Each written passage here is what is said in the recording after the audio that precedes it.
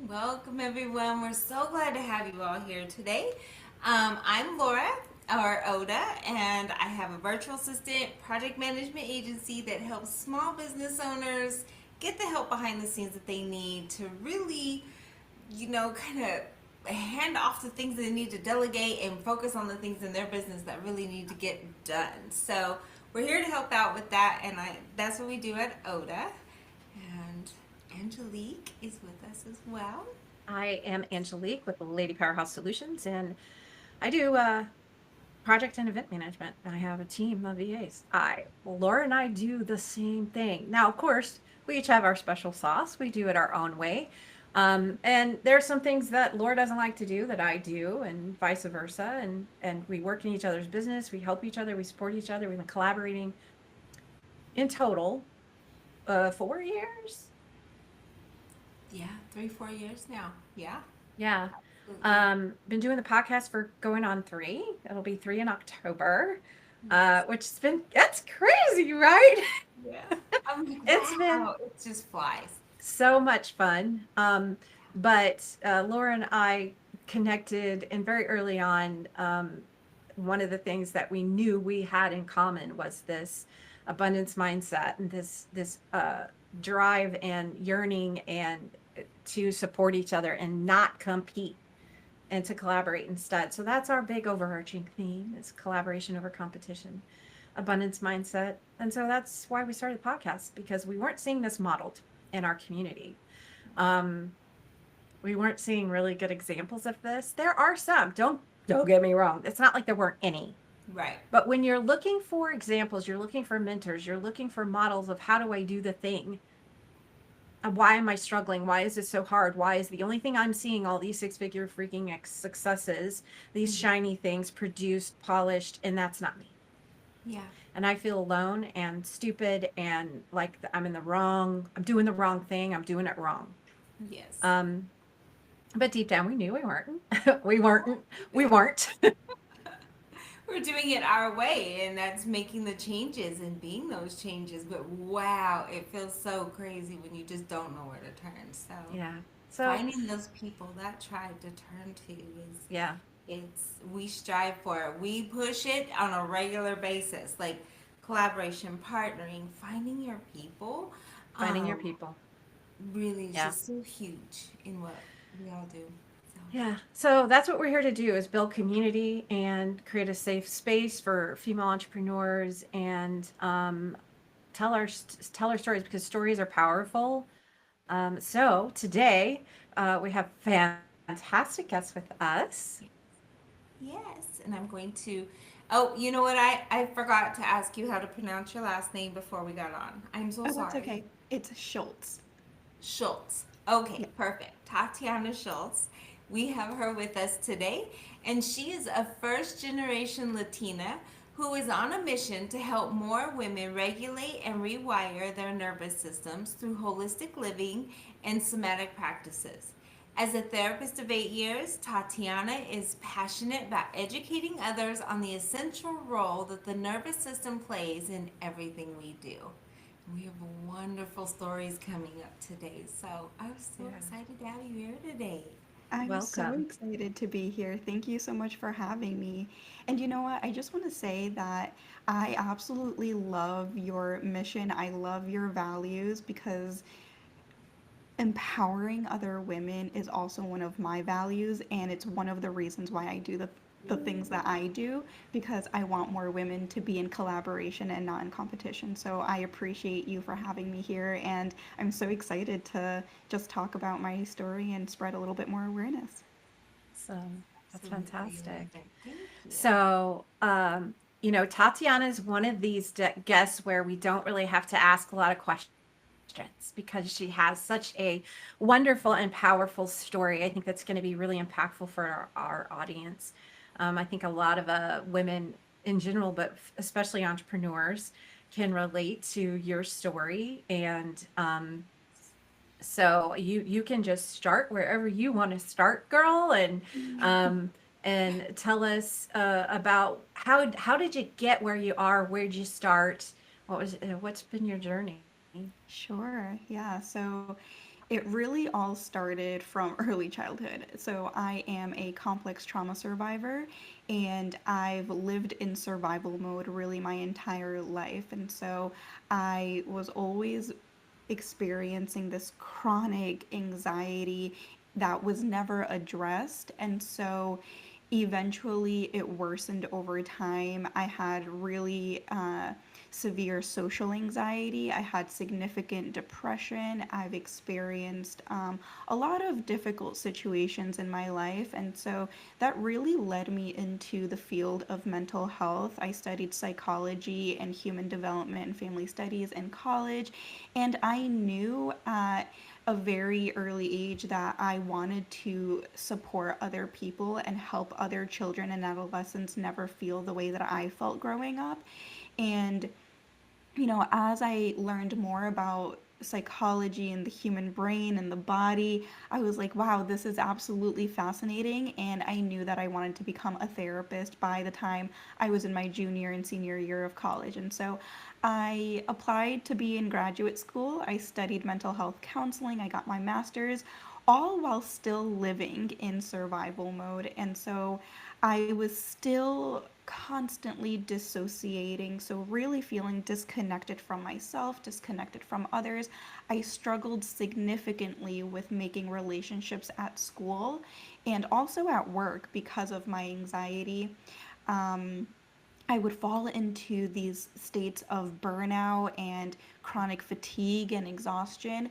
And, I did it. Even though I was struggling significantly in school, I ended up graduating. I got my master's, and my first job after I graduated was working as a therapist with children, adolescents, and families in community mental health. Now, if anybody knows about working in community mental health in nonprofit organizations, it is heavy. Oh It yeah. is Yeah.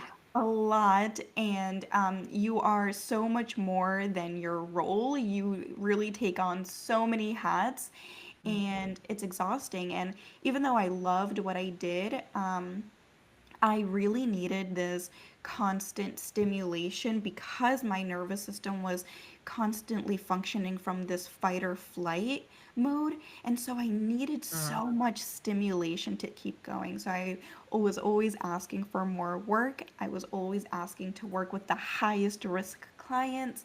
And, I would always again fall into these states of burnout and unfulfillment. And it really went downhill in 2020 when the world shut down. And I had no choice but to slow down. And I could no longer hustle. I could no longer be on the go. I had to slow down, and I didn't know how to do that. I didn't know what to do with my body.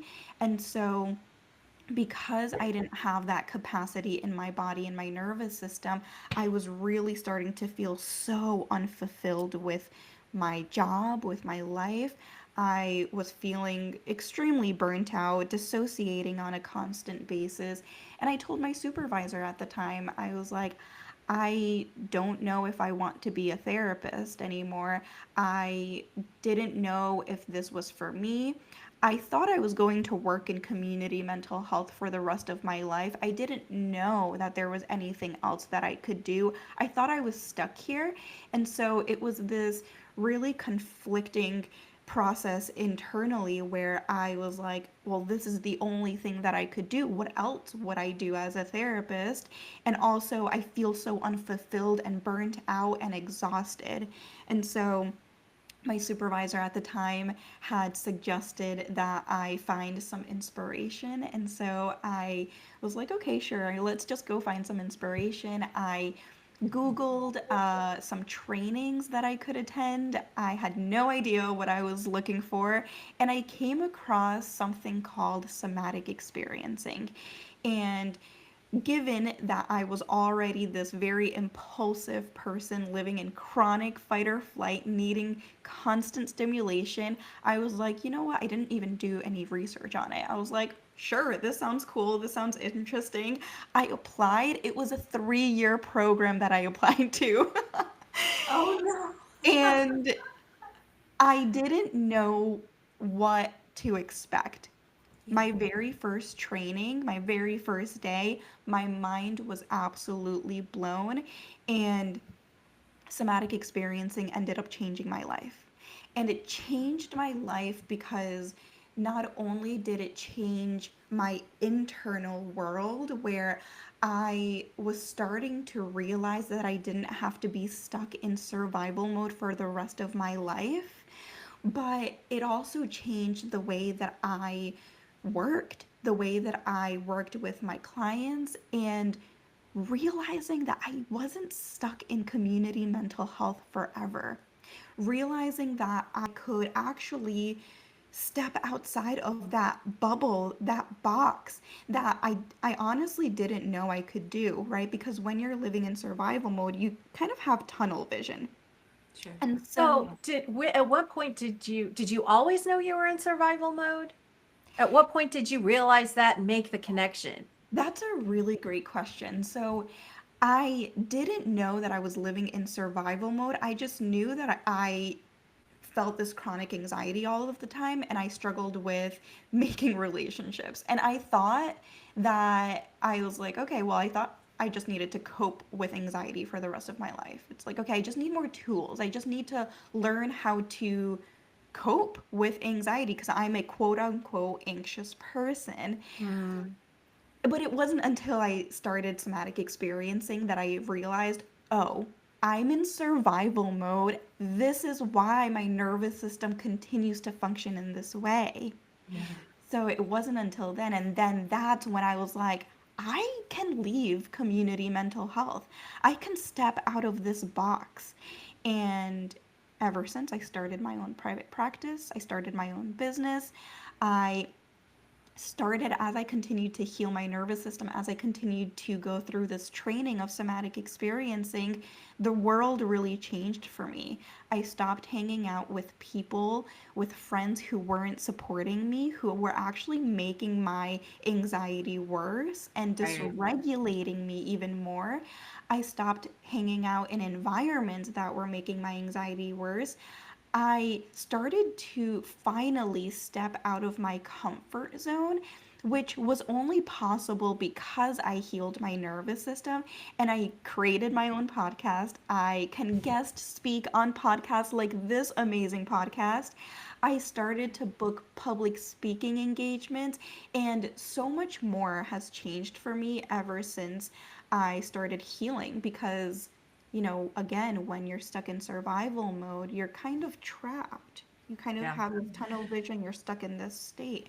So for someone who is like, well, that kind of sounds like me, but yeah, I don't think so. Um, so what were some examples, some tangible, let's put some tangibility here for those that are out there overthinking. Okay, we're Right. overthinking this. Oh, this We're could over. be me, this couldn't be me. No, that's not me because um let's help them relate. What are some examples of what you were talking about, the people that were actually dysregulating you? How were they doing that? The situations, the places, the things you were doing, the activities you were doing that you didn't know were dysregulating you, but were contributing in some way, shape, or form. And Totally. then how did you replace those? Because we can't just leave that void forever, right? We can't heal in a vacuum. I'm still learning this. I'm still I'm learning practicing that one this. too. Yeah, I'm like you're so Um, young. That's why I'm. It's interesting to know when that came about for you because you are still very young, and we don't always get to that point of thinking about those things truly until we've done a lifetime of damage, right? And then you're like, oh, maybe we should think about all of this together at one yeah. point. So it's nice to see, not nicer to see, but nice to see the younger generation coming into that much more quickly so that it can be a little bit minimized a little more than what we're seeing with older generations. So Yeah, 1000%. Yeah. So, I mean, I was also very young when I became a therapist. I was only 23 when I became a therapist. Now, your brain isn't even developed at the age of fully developed at the age of 23, Correct. right? It's only fully developed until the age of 26. Now, I am 32 now, And so, I think at the age of 23, I was really hanging out with people who weren't really serving me. So I was partying a lot, I was drinking a lot, and I was trying to do everything to avoid my emotions and my physical symptoms. And so, So as distracting, numbing. distracting, numbing. And as I started to heal my nervous system, I started to realize that I didn't want to party all of the time anymore. I didn't want to go out and drink all of the time anymore. I didn't want to spend time with people who weren't actually supporting my growth. And I realized that I didn't have a lot in common with those people anymore. Now, at the time I did, but then as I got older, these people weren't really seeing me. They weren't really seeing who I was outside of partying and drinking. They weren't really supporting my new changes. So they would cross a lot of my boundaries. And Mm, even if I said, I don't really want to do this, I don't want to go out today, they would push it. Or, I'm trying not to drink as much, they would judge me for it. And they would say, oh, you're different, right? And healthy relationships support your growth and support the yeah. changes in your life. And that's not what I was getting at all. And healthy relationships also hold you accountable for your shit. Yes. Yeah. Yeah. And healthy They, relationships, yeah, they hold you accountable. And that's not something that I was really getting at all. Mm. yeah. And it's so, the difference it makes when you get into a relationship with a friend or, a family member, and you're doing your thing and you're whatever, and you say or do something and they kind of look at you like, what? Like, that's not, you don't, wait, huh? Why are you doing that?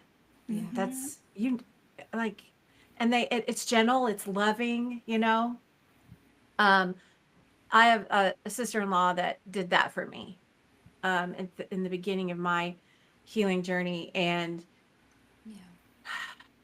it was in such a loving way that it didn't feel like a reprimand. It didn't feel like um a smack on the hand or getting smacked in the head. It didn't feel painful. It was just like you're on autopilot, and then it's like you're driving and you get there and you're like, wait. How'd I get here? It's Yeah. kind of like that. Yeah. Yeah. It's just this, a heightened awareness, like you snap out of an old habit, Mm-hmm. um, and it stuns you for a second, and sometimes those emotions will come up like, well, you're just being an asshole. No, they're not. Mm-hmm. Um, and so if you take the time to sit in that and go, wait, she's Mm-hmm. right, you're right. Um, it's it's so helpful to your evolution, your growth, your the journey that you're on. It's not that you're going to get there faster, you're going to get there Mm-hmm. better. Yeah. Yeah. 1000%. And I think that's, community is so important in healing, in business, in life, right? I always Mm-hmm. say, like, you can't do life alone. And unfortunately, there are times that you do have to do life alone because There's some you things you can't got to do alone.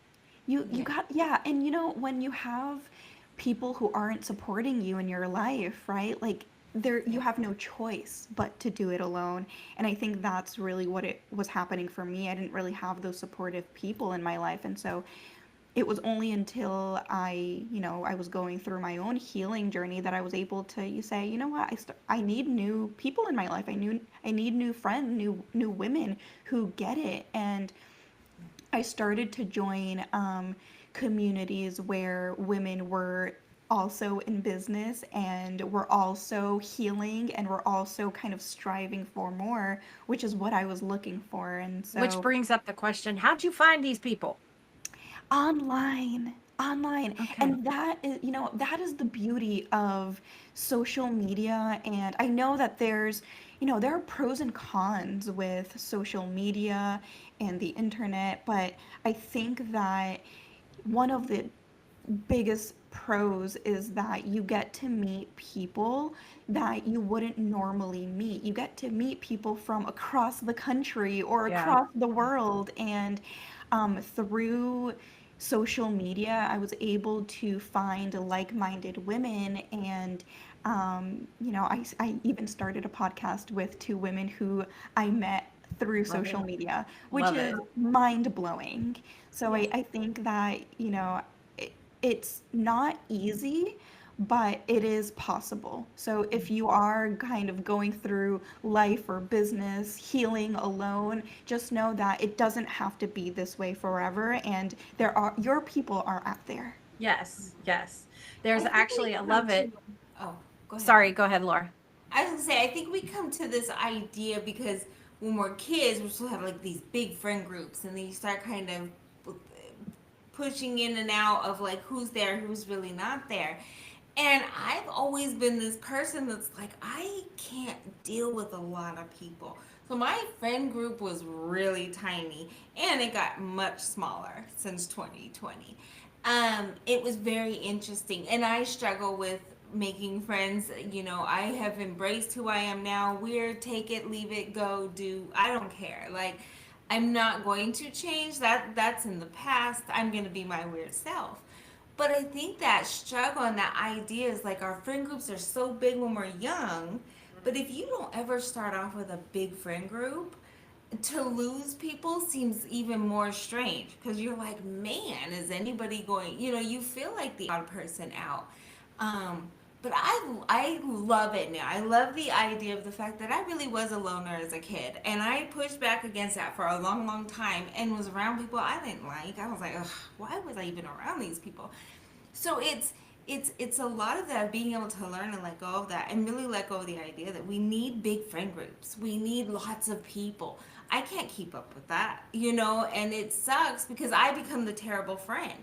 It could take me forever to answer a text message or a phone call or whatever because I'm involved in my life of what's going on directly in front of me most of the time. So to have a big friend group was even worse. I felt so much guilt. Like I'm the worst friend, you know, and you're not, but it can feel that way. And those that don't know you just know like oh, you're not really And friendly, are that you? if it feels like a social construct, right? This idea of popularity and having a bunch of friends as being the goal, the like you've arrived, you've got all these friends, you're so popular. And I know, I can remember in junior high and high school, it was so important to be popular. Like that was what you woke up and you did. That was what you strived for, and and I can't speak, for every kid out there, but for the majority, fitting in and being popular and being liked instead of being original, I think that culture is changing, and Hmm. that's fantastic. Yeah. But it does. It feels like it is like what you were saying, Laura, about, well, if I don't have a big friend group, and then I lose, like I got two friends and I lose one, that's half my friends, 50%, I'm out. Um, but it isn't about quantity, it's about quality, Mm-hmm. right? Yeah. Um, but what I was going to say was there's a really cool podcast out there called Bossy. And these two girls hooked up. Have you heard of it? No, I haven't. No, they're awesome. But they actually met, I think, on Insta, and they were in each other's comments Mm. Wow. or something. And then they decided to start a podcast, and it's awesome. Highly recommend. Um, and they're young. They're your age, Tatiana. They're your age.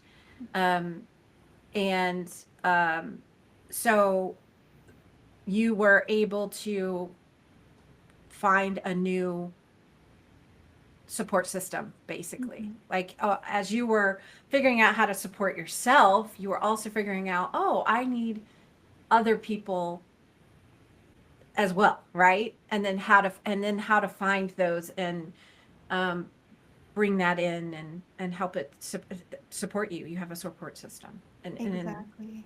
yeah, Yeah, so important. yeah, and it wasn't easy, right? Because I had a lot of social anxiety.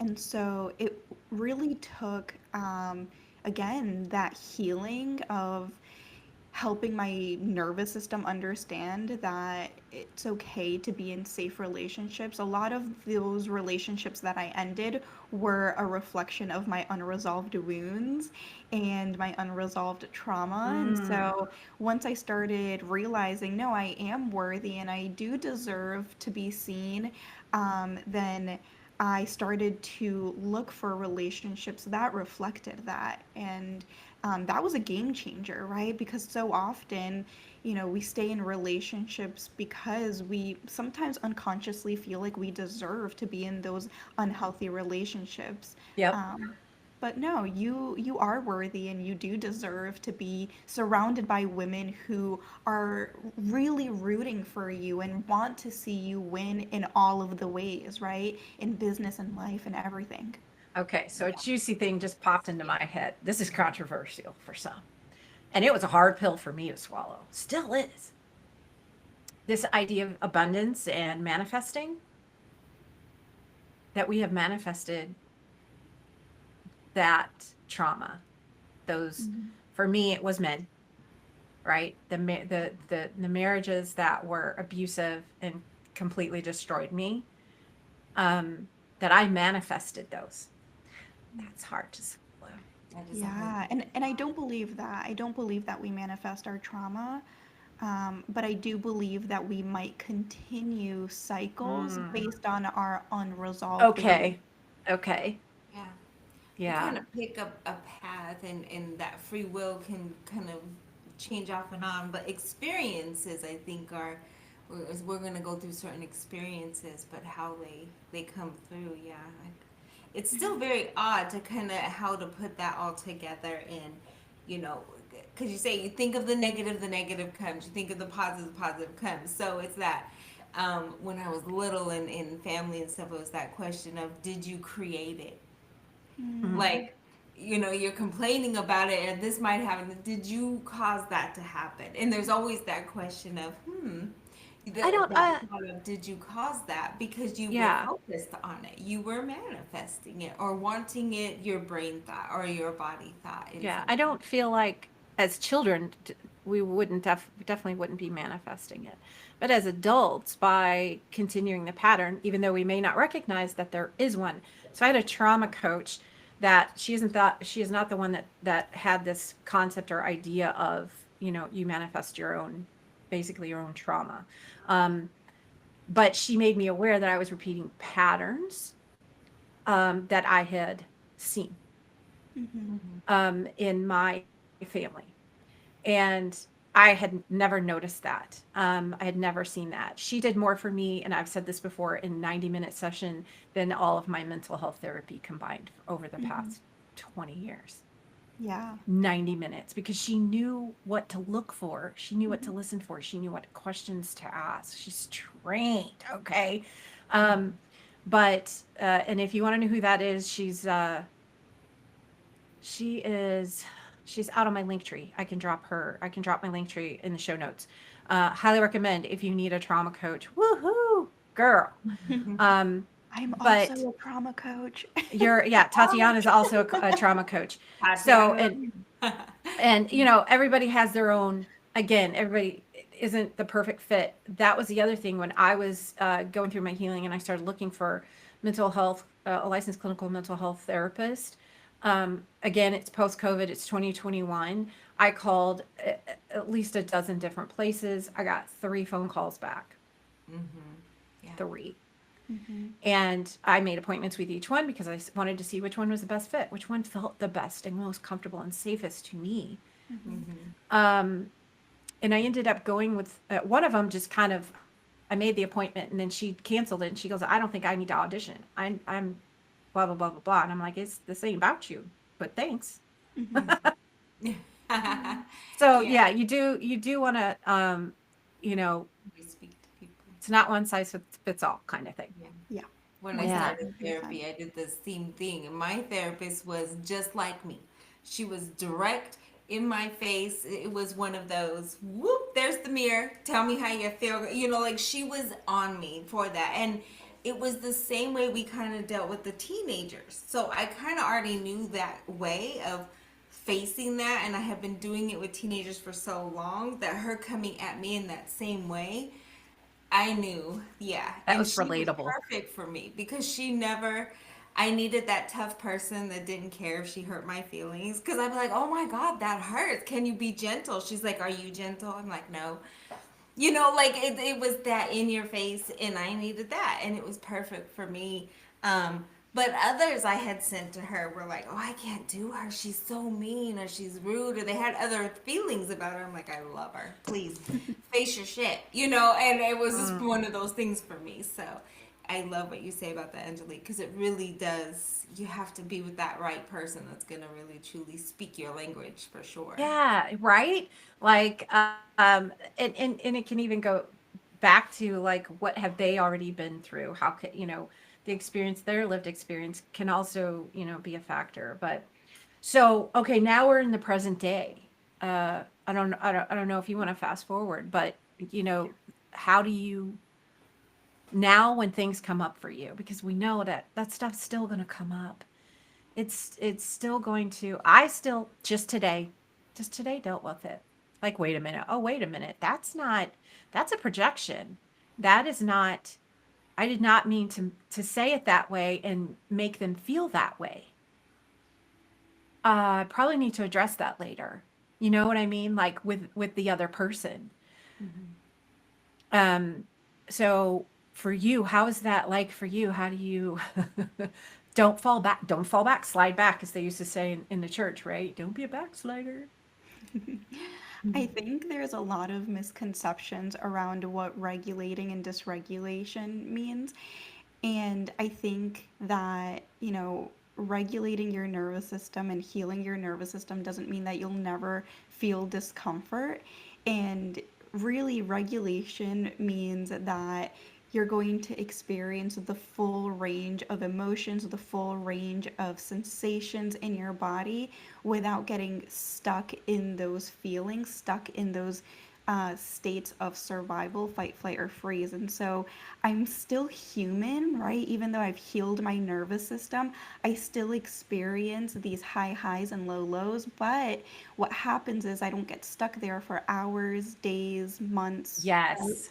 And so I have a little bit more flexibility in my nervous system. And so now when I experience things that feel uncomfortable in my body, I can experience it and feel it and just allow it to flow in and out. And so I when I think about burnout, I haven't been in burnout in the last 5 years since I started somatic experiencing because true burnout is not a one day thing. True burnout is really a long term thing that doesn't get Right. fixed until you move out of the freeze state, out of survival mode. And so I really haven't been in burnout for that long because now I know how to take care of my body.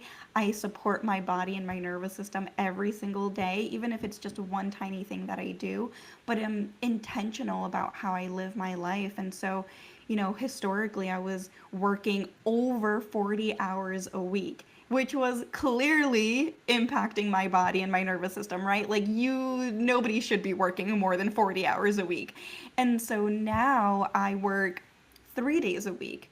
What a significant difference. And Hmm. how privileged, right? I get to be able to work 3 days a week. But I think those are the things that I get to live my life more intentionally because I'm not living in survival mode anymore. So for somebody who maybe is in that place where you were and like you don't know if you're in survival you don't know what to look for. You don't know what that looks like. You're just doing it and you don't know. Um, what how do we recognize it in ourselves? Yeah, great question. So we have our survival states fight, flight, and freeze. So the fight response looks like becoming really defensive, becoming resistant to things, becoming very reactive, road rage, feeling irritable or frustrated, or getting angered easily. Things like that are the fight response, the fight state. Anxiety is when we're overthinking, when we're over worrying, when we have racing thoughts, when we want to avoid things, when we procrastinate. Having, you know, that racing heartbeat or feeling jittery, feeling restless, inability to sleep, all of that is the flight state. And then the freeze state is low self esteem, symptoms of depression, dissociation, burnout, chronic fatigue, chronic exhaustion, feeling stuck, feeling like I know exactly what I need to do, but I can't get myself to do it. That's the freeze state. And so when we can understand our nervous system a little bit more, we can support it more appropriately.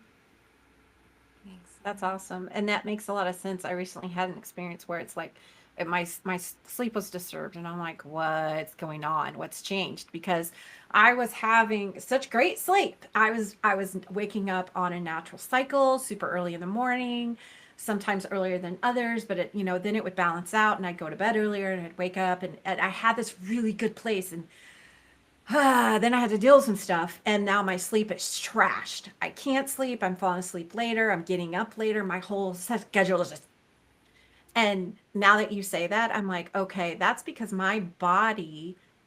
So I'm sure you're familiar with body keeps a score, right? And so when I first got out of the toxic marriage that I was in 21, I was having these feelings. I didn't know what they were, but it was fear. Like I would go to lay down and I would immediately just be this my whole body would just feel like it was trembling. And Yeah. I didn't make the connection. That's where I was attacked. That's where he attacked me, was in bed right after we went to bed. Mm-hmm. And then finally I made that connection. And so I've been working on that for 4 years. Mm-hmm. Um, and so it just it's a process. You think, oh, I finally arrived. No, you don't, babe. Babe, it's continual. Hang in there, because the little things will come up when you're ready Mm-hmm. Yeah. Yeah, to and to manage them. 1000%. I And feel Angelique, like. I just want to offer some hope, because I truly believe that we don't need to live in survival mode for more than a year. And that's really why I'm so passionate about somatic experiencing and want to spread more awareness on somatic experiencing, because I don't work with clients for more than a year. If I do, there's something that I'm not doing right, because you should not be Mm, survival mode for more than 1 year, because when we treat the nervous system at the root and we treat the root cause, which is nervous system dysregulation, our nervous system doesn't need to be in survival mode for years and years and years. Makes sense. yeah, that's Like awesome. that. All right, so we need to be respectful. I feel like we could talk much, much Yep. longer, so we need you Oh to come back for sure. yeah. Absolutely. This is such a great topic, and I feel like many women, they want to get out of the rat race, the career rat race, and start their own business, but then they're faced with the realities of, having been in burnout and moving right from career burnout into entrepreneurial burnout, and that's not good. Yeah. So, but you have tools. You have a gift for our readers. So I want you to talk about that. Yeah. Our Yes. readers, our listeners. Yes. A note to video editor. Catch that blooper. Do you mean my freebie? Yeah. Mhm. Yeah, okay. So, yes, I have a free nervous system guide where I walk you through the 6 steps to healing your nervous system. And these are the 6 steps that I use with my somatic experiencing clients every single day. These are the steps that get them from living in chronic states of survival to living their most thriving life outside of survival mode. So, it's completely free. You can download it through the link in the show notes. And yeah, I mean, it's if you follow these steps, I truly believe that you will live a life outside of survival mode. That's awesome. And what format is it in? Is it a PDF or audio, video? It's both video and PDF. Awesome. Wow. Wonderful. Nice. Yeah. So we will have that link in the show notes along with all of the ways to contact Tatiana on social and her website and all the things, all the places. And we so appreciate you being with us today and spending this time and sharing your story. Thank you Thank you so so much for much. that. Thank Thank you so much for having me. I really do appreciate the both of you. Awesome. Absolutely. And you'll have to All come back. right, so that's yeah, you definitely have to come back. That's a wrap for today. Thank you guys for tuning in and listening or watching, whatever you may be doing. And we look forward to seeing you again next week. We're live on Mondays at 12 Eastern on YouTube and LinkedIn. And you can always catch the replay in wherever you listen to podcasts. We are there. Thank All you, right. everyone. See you Thank guys you, next time. Tatiana. Bye, everyone. Okay, perfect. All right, it should pop up here any second. Tatiana, you're 99% of the way there. Boom, you're done. Yay! Thank you so Okay, much. thank you.